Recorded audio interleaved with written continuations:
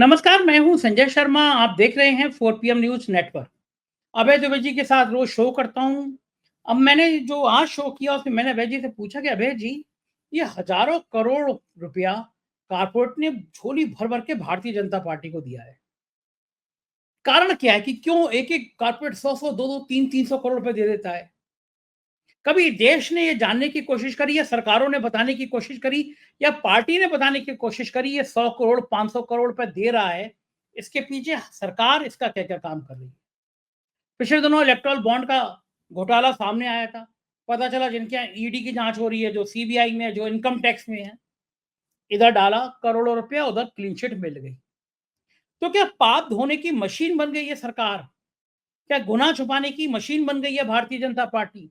जो कॉर्पोरेट इतना करोड़ों रुपए भर-भर के दे रहा है, खेल क्या है? दूसरा बात अभय द्विवेदी जी ने बड़ी बढ़िया बताई। ये जो ईवीएम का झोल है, ये जो वोट परसेंटेज बढ़ने का झोल है, उनका कहना था कि क्या भारतीय जनता पार्टी और चंद्रबाबू नायडू ने मिलकर पहली प्लानिंग करी थी? कुछ सीटें ज्यादा चंद्रबाबू नायडू को इसी खेल के तहत दिलाई गई। और नीतीश क्या करने वाले हैं राजनीति में? नीतीश क्या पलटी मारने वाले हैं? इन तमाम मुद्दों पर बहुत शानदार बातचीत है अभय द्विवेदी जी से। आपसे रिक्वेस्ट है कि पूरी बातचीत सुनिएगा, चैनल को सब्सक्राइब और ज्वाइन जरूर कीजिएगा। चलते हैं अभय द्विवेदी जी की। 4 पीएम न्यूज नेटवर्क में स्वागत है अभय द्विवेदी जी आपका। आपने भी एक खबर देखी होगी, सोशल मीडिया पे बड़ा छा रही है कि जो कॉर्पोरेट हाउस है वो भारतीय जनता पार्टी को दनादन करोड़ों रुपए चंदा दे रहा है। को लग रहा है कि ये 100 50 50 150 करोड़ रुपए चंदा दे दोगे तो धंधा आसान हो जाएगा। और पहले भी देखा है इलेक्टोरल बॉन्ड की जब जिक्र हुआ, बातचीत आई, तो उसमें कई ऐसे खुलासे हुए कि इधर कंपनी ने चंदा दिया, उधर उसको ठेके मिल गए। इलेक्टोरल बॉन्ड के पैसे को वापस करने वाली बात को चंद्रचूड़ साहब ने कही नहीं। चंद्रचूड़ साहब भूल गए। उनको लगा कि वो डांट लगा दो, इलेक्टोरल बॉन्ड रद्द कर दो, भविष्य में ना लेंगे, काम चल जाएगा। लेकिन पिछली बार जो चंदा लिया गया इलेक्टोरल बॉन्ड से, छुपा के वो वापस हो या उसकी बात कुछ आगे जाँच हो, वो सब खत्म हो गया। इस बात की भी जाँच नहीं हुई कि जिन दागी कंपनियों पे, जिन पे ईडी का, इनकम टैक्स का, सीबीआई का शिकंजा था, वो भारतीय जनता पार्टी को करोड़ों चंदा देकर गंगा जी नहा लिए। उसके बाद उनके सारे विवाद खत्म हो गए, उनके ऊपर आरोप खत्म हो गए। क्या लग रहा है ये कॉर्पोरेट इतनी झोली भर-भर के पैसा दे रहा है, नौकरियाँ देता नहीं है, लेकिन बीजेपी को करोड़ों रुपए देता है। ये बात कहाँ तक हजम हो सकती है और क्या कारण होगा कि भाजपा को इस तरह दोनों हाथों से पैसा लौटा रहा है? संजय जी, ये चंदा जो भाजपा को मिला है 2023-24 में, ये 2,200 करोड़ रुपए के बराबर चंदा है। 2,200 करोड़ का चंदा। ये कोई छोटी मोटी रकम नहीं है। अच्छा, हम सब जानते हैं कि भारत के बड़े बड़े जो कारपोरेट घराने हैं, यानी कारपोरेट सेक्टर है निजी क्षेत्र में, उसके पास 1.5 लाख करोड़ से ज्यादा की पूंजी, ज्यादा की नकदी उसकी तिजोरियों में बंद है। ये सफेद धन है, सफेद धन है। इसके बाद में जो भारत की ब्लू चिप पब्लिक सेक्टर कंपनियां हैं, ऐसे इंडियन ऑयल वगैरह, ये सब जो ब्लू चिप पब्लिक सेक्टर कंपनियां हैं, इनके पास भी करीब 1.25 लाख करोड़ रुपए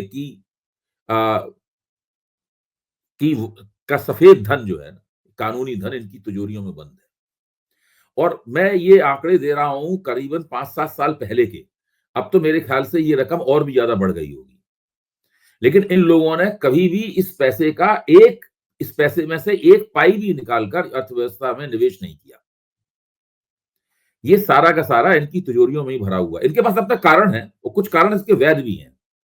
तो जो मौजूदा फैक्ट्रियां हैं, वो फैक्ट्रियां पूरी क्षमता से नहीं चल रही हैं, बाजार में चीजें नहीं बिक रही हैं। इसलिए वो कहते हैं भाई हम नई उत्पादन क्षमता क्यों लगाएं, जब हमारी पुरानी उत्पादन क्षमता 100% की रफ्तार से उत्पादन नहीं कर पा रही है, वो केवल 70% की रफ्तार से उत्पादन कर पा रही है। लेकिन दूसरी तरफ आप हमें खबर देते हैं और 4 पीएम के दर्शकों को खबर देते हैं कि 2,200 करोड़ रुपया भारतीय जनता पार्टी की तिजोरी में गया।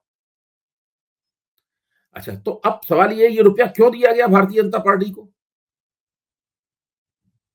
भाई ये रुपया क्यों? अभी तो लोकसभा चुनाव नजदीक नहीं है, लोकसभा चुनाव तो बहुत दूर है, अभी तो 1 साल भी नहीं हुआ पिछले चुनाव के। अभी तो जून में जाके 1 साल होगा पूरा।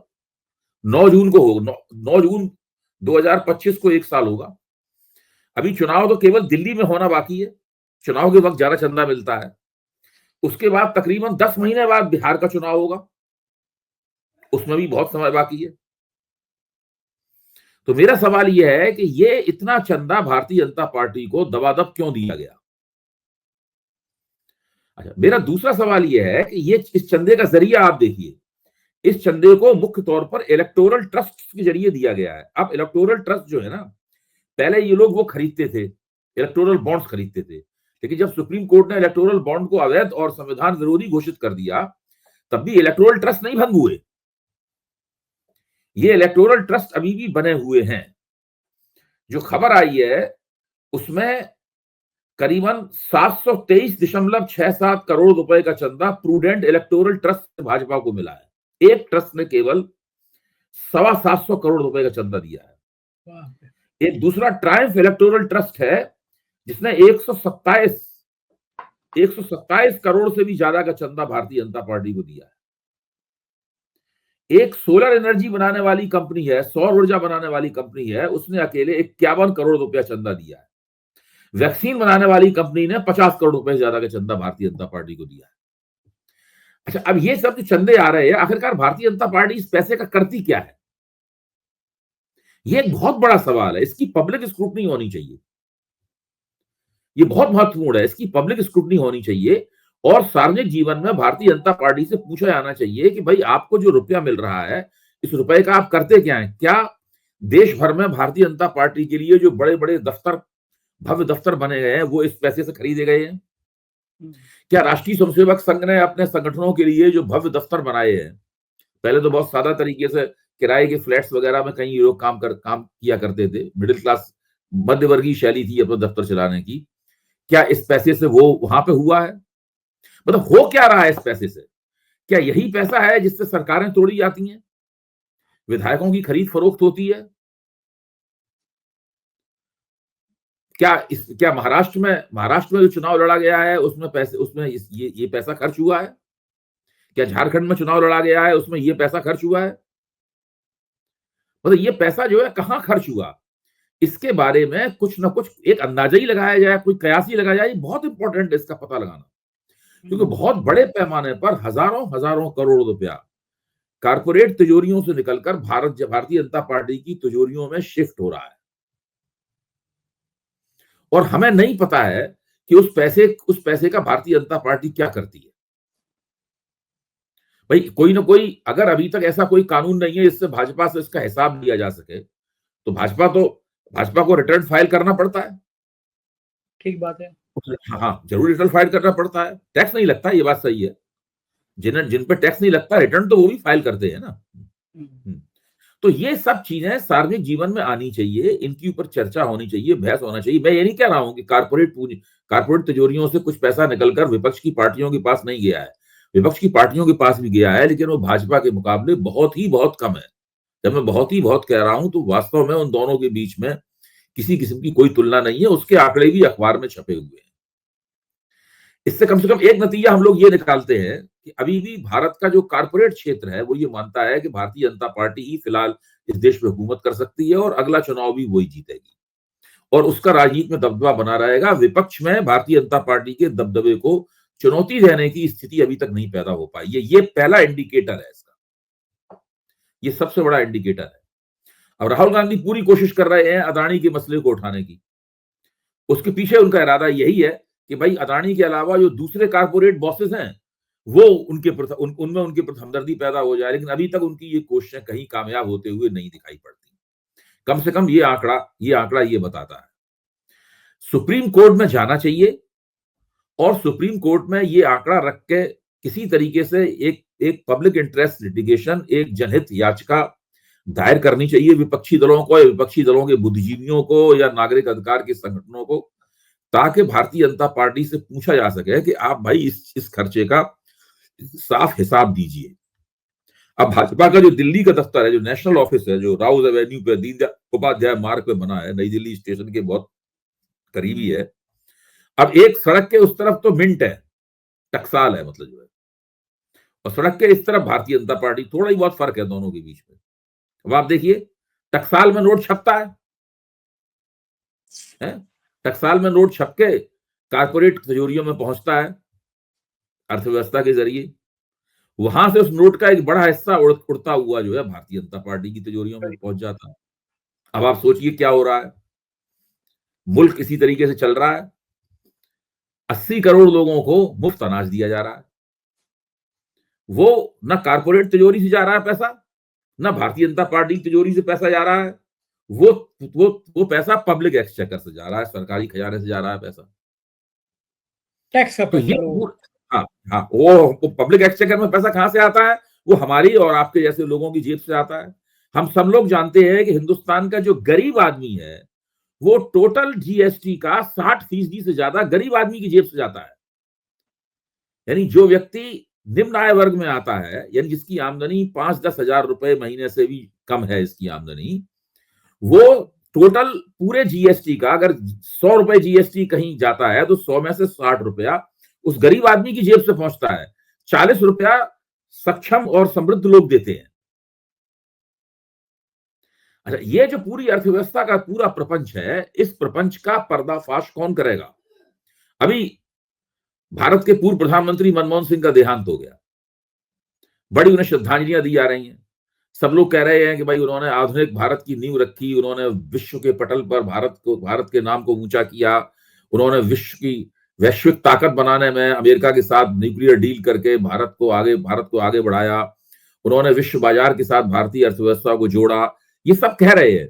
व्यक्तिगत रूप से मनमोहन सिंह बहुत ही अच्छे भले आदमी थे, बहुत ही शांत स्वभाव के थे, बहुत ही विनम्र थे, शिष्ट थे। जो लोग उनसे मिले हैं वो आज भी उनकी शिष्टता का और एक संस्कारी व्यक्ति होने का लोहा लोहा मानते हैं। लेकिन जो अर्थव्यवस्था वो विरासत में छोड़ गए हैं, जो अर्थव्यवस्था नरेंद्र मोदी को मिली, और नरेंद्र मोदी ने बिना उसमें कोई भी संशोधन किए हुए उसी अर्थव्यवस्था को आगे बढ़ाया, ये सब जो हो रहा है ये उसी अर्थव्यवस्था का एक फलितार्थ है, जिसको आप कह सकते हैं कि भारतीय अर्थव्यवस्था की एक बहुत बड़ी विकृति भी है। ये सब हो रहा है हमारे पास, क्या हम लोगों के पास ऐसी कुछ युक्ति है जिससे हम लोग इस समस्या का कोई निराकरण कर पाए? कौन सी वो ताकतें हैं जो कभी इन लोगों को सार्वजनिक, जिसे कहते हैं नहीं, जवाब तलबी इन लोगों से कर पाएंगे? ये जवाब तलबी कैसे होगी? ये एक बहुत बड़ा सवाल है भारतीय लोकतंत्र का। लेकिन ये देखिए, एक बात समझ में नहीं आती कि इतने कौन बहादुर लोग होंगे तो विपक्ष को भी पैसा दे रहे हैं। इतनी हिम्मत इस सरकार में सामने बैठे हुए किसकी इतनी हिम्मत हो जा रही होगी कि जो विपक्ष को भी कहते कि भाई 100 करोड़ तुम्हें दिए, 5 करोड़ तुम्हें भी दे देते हम। इतनी हिम्मत कैसे हो जाती होगी? नहीं, वो तो सरकार भी कहती है थोड़ा बहुत विपक्ष को भी दो। देखिए, लोकतंत्र का फसाड बनाए रखना है। लोकतंत्र का जो एक वो फसाड किसे कहते हैं, अंग्रेजी का शब्द है, जिसे कहते हैं कि सामने जो एक भव्य दीवार होती है, उसके ऊपर एक पच्चीकारी होती है और उसके पीछे कुछ और होता है। मतलब जो है वो एक पच्चीकारी, लोकतंत्र की पच्चीकारी जो है वो बनाए रखनी है। ये ठीक इसी तरीके से है जैसे मैं एक कमर्शियल चैनल पे मुझे बुलाया जाता है, उस कमर्शियल चैनल पे एक एंकर होता या होती है, एक राष्ट्रीय स्वयंसेवक संघ का विचारक होता या होती है, एक भारतीय जनता पार्टी का अधिकृत प्रवक्ता होता है, एक तथाकथित रूप से वरिष्ठ पत्रकार होता है। ये सारे के सारे लोग एक ही विचारधारा के होते हैं। उसमें एक व्यक्ति मैं या मेरे जैसा कोई एक व्यक्ति होता है, जिससे उम्मीद की जाती है कि वो थोड़ी बहुत आलोचना पेश करेगा। क्यों बोला? निष्पक्षता का फसाड बनाए रखना है, निष्पक्षता का भ्रम जो है ना, उनको निष्पक्षता का अपने आवरण में लपेटे रखना है अपने कार्यक्रम को। तो लोकतंत्र का एक फसाड बना हुआ है, लोकतंत्र का एक आवरण में, लोकतंत्र का आवरण है जिसके अंदर ये पूरी की पूरी चीजें चल रही हैं। इसमें विपक्ष को भी थोड़ा बहुत पैसा दिया जाता रहेगा, बशर्ते विपक्ष एक दिन अपनी ताकत इतनी बढ़ा ले कि लोगों को लगने लगे कि भाई अब ये मोदी सरकार को अपदस्थ कर सकता है। तब आप देखिएगा तुरंत मोदी को मिलने वाले पैसे कम हो जाएंगे, विपक्ष को मिलने वाले पैसे बढ़ जाएंगे। लेकिन ऐसा कब होगा, कैसे होगा, किसी को नहीं पता। ये बात तो ठीक है कि कब होगा ये तो नहीं कहा जा सकता, और इसी भ्रम में सब लोग रहेंगे कि एक दिन हकीकत खुलेगी, कारपोरेट के अपने इंटरेस्ट क्या हैं, किसको ठेका, किसको पट्टा, क्यों कारपोरेट ने दिया। अब वो खुलेगा नहीं खुलेगा, ये भविष्य के गर्त में है, बड़ा मुश्किल है कि सत्ता के में रहते हुए बीजेपी के कुछ खुल पाएगा। कुछ राजनीति की खबरों की तरफ चलते हैं, बिहार चलते हैं। बिहार में बड़ा गरमा-गर्मी है। डिप्टी सीएम ने कह दिया कि भई बड़ी तमन्ना है कि अगला सीएम बीजेपी का होना चाहिए। नीतीश बाबू फूले हुए हैं, वो एक अम्बेडकर जी की फ़ोटो ले आए और बाकायदा उसका ट्वीट करा दिया उन्होंने। बिहार का जो खेल चल रहा है, हम्म। नीतीश के दम पर जो सरकार चल रही है, केंद्र की मोदी सरकार चल रही है, बिहार में जो उठा-पटक हो रहा है, क्या ये एक लंबे परिणाम तक जा सकती है चीज़ें?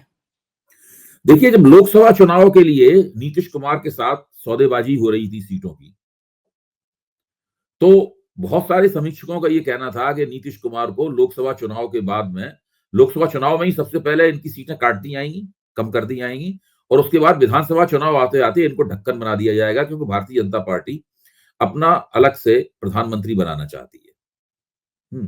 लेकिन हुआ क्या, नीतीश कुमार जितनी सीटें मांग रहे थे, नरेंद्र मोदी ने विशेष आदेश जारी किया कि नीतीश कुमार को वो सीटें दे दी जाए, और बिहार की भारतीय जनता पार्टी क्रंदन करते रह गई। कुछ कुछ अमित शाह का हाथ भी उनके पीछे था कि भाई इनको कम सीटें दी जाए, इनकी कटौती की जाएगी। सबसे कहा जा रहा था कि सबसे कमजोर कड़ी है बिहार में, इनको ज्यादा सीटें दी जाएंगी तो कुल मिलाकर एनडीए को नुकसान होगा। लेकिन नीतीश कुमार ने जितनी सीटें मांगी थी, पूरी सीटें उनको प्राप्त हुई, और उन्होंने चुनाव में अच्छा प्रदर्शन भी किया। अच्छा, इससे आप अंदाजा लगा सकते हैं कि नीतीश कुमार बार बार नरेंद्र मोदी के पैर छूने की तरफ क्यों झुकते हैं। क्योंकि भाजपा आला कमान में नीतीश कुमार का सबसे बड़ा सहयोगी अगर कोई व्यक्ति है तो स्वयं नरेंद्र मोदी। नरेंद्र मोदी इस बात को अच्छी तरह जानते हैं कि बिहार में अगर भाजपा अकेले लड़ी तो वो उसकी स्थिति अच्छी नहीं रहेगी, भले ही उसे कहा जाए। इसीलिए वो चाहते हैं कि अभी नीतीश कुमार के साथ जुड़ के ही आगे आगे बढ़ाया जाए। क्योंकि बिहार के उप मुख्यमंत्री ने, सिन्हा साहब ने, जब ये वक्तव्य दिया, अटल बिहारी वाजपेयी की उस पर बोल रहे थे, और उन्होंने कहा कि अटल जी को सच्ची श्रद्धांजलि होगी अगर हम बिहार में अपनी सरकार अलग से बनाए। उसके तुरंत बाद उनको लगा कि ये गड़बड़ हो गया, तो उन्होंने फौरन कहा नीतीश कुमार ही एनडीए के नेता है। दूसरा वक्तव्य उन्होंने ये दिया बाद में सफाई देते हुए। तो नीतीश कुमार आज भी अपनी तमाम समस्याओं के बावजूद, अपने बुढ़ापे के बावजूद, आज भी भारतीय जनता पार्टी की बिहार में मजबूरी बने हुए हैं। वो जो पिछले विधानसभा चुनाव में जो प्रयोग किया था भाजपा ने, कि चिराग पासवान के जरिए नीतीश कुमार को अंडरकट किया गया था, वो प्रयोग करने की स्थिति में आज भाजपा मुझे कम से कम नहीं दिखाई पड़ रही है। क्योंकि अगर वो प्रयोग किया जाएगा तो उसके बारे में पता लग जाएगा। कुछ कुछ इस तरह की हलचलें उस वक्त शुरू हुई जब पहली बार गिरिराज सिंह ने जनता दल यूनाइटेड के विरोध के बावजूद उन्होंने हिंदू स्वाभिमान यात्रा निकाली। इसका जनता दल यूनाइटेड ने उसका कड़ा विरोध किया, आलोचना की उसकी, लेकिन फिर भी वो हिंदू स्वाभिमान यात्रा निकाली गई। उसके बाद उप मुख्यमंत्री महोदय ने ये वक्तव्य दे दिया। अच्छा, उसके बाद आरजेडी ने इस कमजोरी को भांपा, राष्ट्रीय जनता दल ने, तेजस्वी यादव ने यह वक्तव्य दिया कि एनडीए को चाहिए कि नीतीश कुमार को मुख्यमंत्री पद का चेहरा घोषित करके दिखाए। अभी तक एनडीए की तरफ से इस बात का कोई भी जवाब नहीं मिला है। लेकिन जिस तरह की राजनीति बिहार में है, मैं कहूंगा कि भारतीय जनता पार्टी का जो बिहार का नेतृत्व है, उसमें एक स्ट्रांग लॉबी है, एक बहुत मजबूत लॉबी है, जो चाहती है कि नीतीश कुमार से पल्ला झाड़ लिया जाए और इस बार विधानसभा में भारतीय जनता पार्टी प्रयोग करे और अकेले दम पर चुनाव लड़े। या नीतीश कुमार को, उसका बहुत सीधा तरीका है, नीतीश कुमार को इतनी कम सीटों का प्रस्ताव किया जाए कि वो अपने आप ही अलग हो जाएंगे, वो समझ जाएंगे कि हमारा पत्ता साफ होने वाला है। तो वो तो बहुत बहुत बहुत तरीके हैं, उसके लिए गठजोड़ तोड़ने की जरूरत नहीं, नीतीश कुमार खुद ही उस गठजोड़ को तोड़ देंगे। और नीतीश कुमार भी जानते हैं कि अब चुनाव में जो है वो साल भर से भी कम समय रह गया है, इसलिए उन्होंने अपनी सक्रियता बढ़ा दी है। उन्हें दलितों के वोट भी चाहिए, उन्हें अति पिछड़ों के वोट भी चाहिए, तो उसके लिए अंबेडकर की तस्वीर ले जाना जरूरी है, और वो भारतीय जनता पार्टी को बहुत अखर रहा है। तो इस वक्त जिसे कहते नहीं कि the politics of Bihar is pregnant with the new possibilities. Bihar की राजनीति के पेट में कुछ नई संभावनाएं पक रही हैं। वो संभावनाएं किस रूप में आगे निकलकर सामने आएंगी, किस रूप में अपने आप को व्यक्त करेंगी, ये जल्दी ही हम लोगों को, मेरे ख्याल से 2-3 महीने में इसी तरह घटनाक्रम चलता रहा तो पता लगेगा। लेकिन ये बात आपकी सही है कि वहां सब कुछ ठीक नहीं है, क्योंकि भारतीय जनता पार्टी की अपनी जो राजनीतिक महत्वाकांक्षाएं हैं वो राजनीतिक महत्वाकांक्षाएं उसे नीतीश कुमार को अंडरकट करने की तरफ ले जा रही हैं। वो अंडरकट किस तरीके से किया जाएगा, क्या फिर से कोई नया चिराग पासवान आएगा वो उनको अंडरकट करेगा, वो कैसे क्या होगा ये अभी निकट भविष्य में हम लोगों को मालूम पड़ेगा। अच्छा, नायडू साहब बढ़िया हैं, चंद्रबाबू नायडू। जैसी हम्म, सरकार डगमगाती है, नीतीश नाराज हो जाते हैं, वो पहुंच जाते हैं हमारे राज्य को इतनी वित्तीय सहायता और दे दीजिए, इतना पैसा हम्म। और दे दीजिए। मतलब ये बढ़िया है कि इधर डगमगाए, उधर वो आप पैसा मांगने पहुंच जाओ। मोदी जी नहीं, थोड़ा उनके सा। पास तो उनके पास तो एक और तुरुप का पत्ता है नायडू साहब के पास। हम्म, वो तुरुप का पत्ता यह है कि भाई जगन मोहन रेड्डी के ऊपर आरोप है ना कि उनको, जगन मोहन रेड्डी की सरकार में उनको आरोप है कि भाई उनको उस पूरे मसले में रिश्वत दी गई, जिस मसले में जिसकी फिरोजपुर अडानी के खिलाफ वहां मुकदमा है, जगन मोहन खिलाफ आरोप है ना। तो नायडू ने संसद में वहां बिहार आंध्र प्रदेश विधानसभा में ये कह रखा है। और आज जो नायडू के वित्त मंत्री हैं, ये वही वित्त मंत्री हैं जिन्होंने जगन मोहन रेड्डी ने जब उस कॉन्ट्रैक्ट पे साइन किए थे, दस्तखत किए थे, जो सौर ऊर्जा खरीदने का कॉन्ट्रैक्ट था, तभी उन्होंने कहा था कि ये बहुत ही महंगी बिजली आप खरीद रहे हैं। इसका ये करके उन्होंने बाकायदा अपना बयान दर्ज कराया, तो ऑफिशियली उनका विरोध बयान वहां पर दर्ज है। वही आज वित्त मंत्री हैं। इसके बावजूद भी चंद्रबाबू नायडू कोई जांच नहीं करा रहे जगन मोहन रेड्डी की। हम्म। उन्होंने विधानसभा में बयान दे रखा है, उनके वित्त मंत्री जब विपक्ष में थे तब उन्होंने हंगामा किया था इस बात पर, बयान दे, लेकिन वो कोई जांच नहीं करा रहे। क्योंकि अगर वो जांच कराएंगे तो वहां पर कुछ गड़बड़, इधर केंद्र से उनकी दबाव पड़ेगा, इसलिए उन्होंने ये पत्ता भी उनके पास है।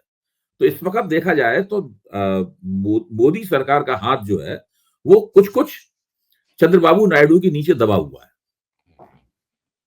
लेकिन ये आज इन हालातों में जब एक तरफ नीतीश है और एक तरफ नायडू है, मोदी को सबसे ज्यादा गुस्सा योगी आदित्यनाथ पर आता होगा कि अगर ये थोड़ा ढंग कर लेते यूपी, तो यूपी में जो मार हुई है, यूपी में जो फजीयत हुई है, ये फजीयत ना होती। यूपी में इतना ज्यादा खराब रिजल्ट आएगा, मोदी ने सोचा थोड़ी ना होगा कभी।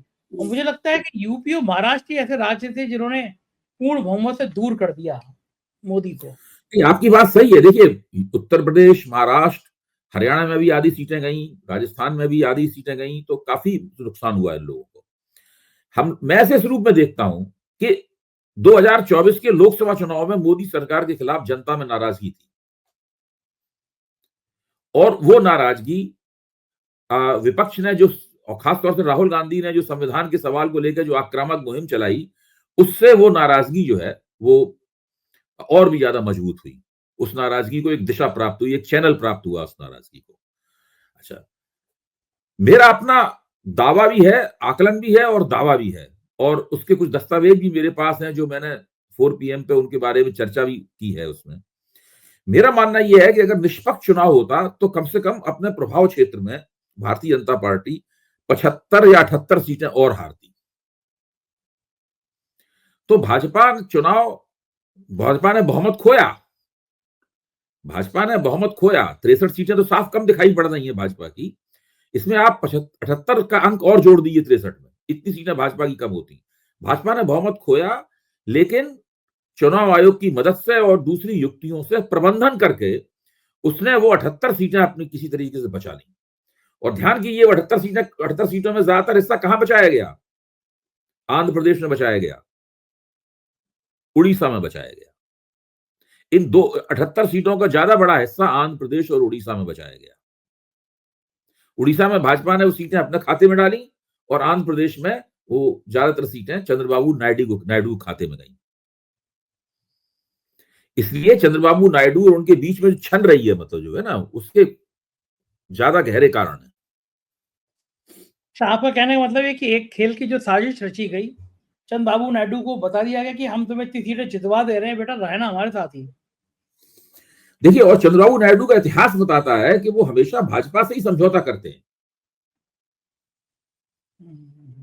एक जमाने में वो जो केंद्र में गठजोड़ सरकार थी, गैर भाजपा गठजोड़ सरकार थी, उस गठजोड़ सरकार का जो मोर्चा था, मतलब उस मोर्चे के वो कर्ता धर्ता थे। लेकिन उसके बाद में उन्होंने कभी भी मुड़ के किसी भी गैर भाजपा गठजोड़ की तरफ नहीं देखा। वो अंततः भाजपा के साथ ही समझौता करते हैं। उनका इतिहास ये भी बताता है कि जब भी भाजपा का समझौता करते हैं, उनको मुख्यमंत्री बनने का मौका भी मिलता है। अच्छा, गणित क्या होगा, क्यों ऐसा करते होंगे वो? भाई बहुत होशियार आदमी है, बहुत चालाक आदमी है। और चंद्रबाबू नायडू का जो उभार है देश की राजनीति में, ये वही समय है जब भाजपा का भी उभार धीरे धीरे करके क्षेत्रीय शक्तियों की मदद से हो रहा था। एक तरह से देखा जाए ये दोनों साथ साथ उभरे हैं, चंद्रबाबू नायडू और भारतीय जनता पार्टी, हिंदुत्व की राजनीति, ये दोनों साथ साथ भारतीय राजनीति में उभरे हैं, इसलिए एक दूसरे के साथ जुड़े हुए भी हैं और ये कहा एक जाता है दूसरे को काफी समझते भी हैं, एक दूसरे को ये लोग काफी समझते भी हैं। अच्छा, तो ये जो ईवीएम का लोचा हुआ है या मतदान में वोट बढ़ाने का खेल हुआ है, आपका कहना ये है कि नायडू और बीजेपी की ये पहले से प्लानिंग रही होगी कि तुम्हारी सीटें, तुम्हारा वोट प्रतिशत, तुम्हारा ईवीएम का खेल ये सब कर देंगे? अब ये एक रहस्य, इस बात में रहस्य का आवरण है जिसको हम अभी तक वेधा नहीं जा सका है कि आखिरकार ये सब होता कैसे है। ये पहले से प्लानिंग होती है या चुनाव के दौरान ही जब इनपुट मिलते हैं, पता लगता है कि कहाँ पे आप कमजोर हैं, कहाँ पे कौन सी सीट आपके हाथ से निकल रही है, कितने वोटों से निकल रही है, कितने वोटों का इलेक्टोरल मशीन में इंजेक्शन लगाया जाए तो फिर आप ईवीएम इंजेक्शन लगाया जाए तो आप वहां पे जीत सकते हैं, कहाँ कैसे क्या हो, इसमें वोटें कैसे बैठाई जाए, ये सब बातें जो है ना वो अभी ठीक से ये पता नहीं है कि ये सब कैसे होता है ये बात निकल के साफ हो गई है, लेकिन इसका प्रोसेस क्या है, इसकी प्रक्रिया क्या है, इसका मोडस ऑपरेंडाई क्या है, ये पता लगना अभी बाकी है। ये पता लग जाएगा तो सारा भेद ही खुल जाएगा फिर। बिल्कुल ठीक बात है और बड़ा क्योंकि रहस्य में है। क्योंकि ये लोग कहीं पे ये कर पाते हैं और कहीं पे नहीं कर पाते हैं। नहीं भी जैसे कर कि आंध्र पाते प्रदेश हैं। में कर पाए, उड़ीसा में कर पाए, अभी हरियाणा में कर पाए, है। लेकिन आप देखिए ना उत्तर प्रदेश में नहीं कर पाए थे, क्यों? सबसे बड़ी बात यह है कि उत्तर प्रदेश में दरअसल इनकी शक्तियों के बीच में एकता नहीं थी। मैं तो इसीलिए मानता हूं कि उत्तर प्रदेश की पराजय का ठीकरा जो है अमित शाह के दरवाजे पे भी फूटना चाहिए। अगर ये योगी आदित्यनाथ से न लड़ गए होते और दोनों इतना बड़ा मतलब फर्क नहीं पड़ गया होता, दोनों के बीच में अंतराल नहीं पड़ गया होता, तो हो सकता है कि उत्तर प्रदेश में ये लोग एकताबद्ध होकर चुनाव लड़ पाते। ठीक बात है और नतीजे कुछ और भी आ सकते थे। जी। सही बात है, बिल्कुल ठीक बात है। बहुत-बहुत शुक्रिया अभय जी, आपने इतना कीमती समय दिया। Thank you sir. ये थे अभय दुबे जी और पूरी बातचीत आपने सुनी होगी, मुझको यकीन है ये बातचीत आपको अच्छी लगी होगी, कुछ जानकारियाँ मिली होंगी। कैसी लगी बातचीत मैं आपकी राय का इंतज़ार करूँगा। शुक्रिया, थैंक यू।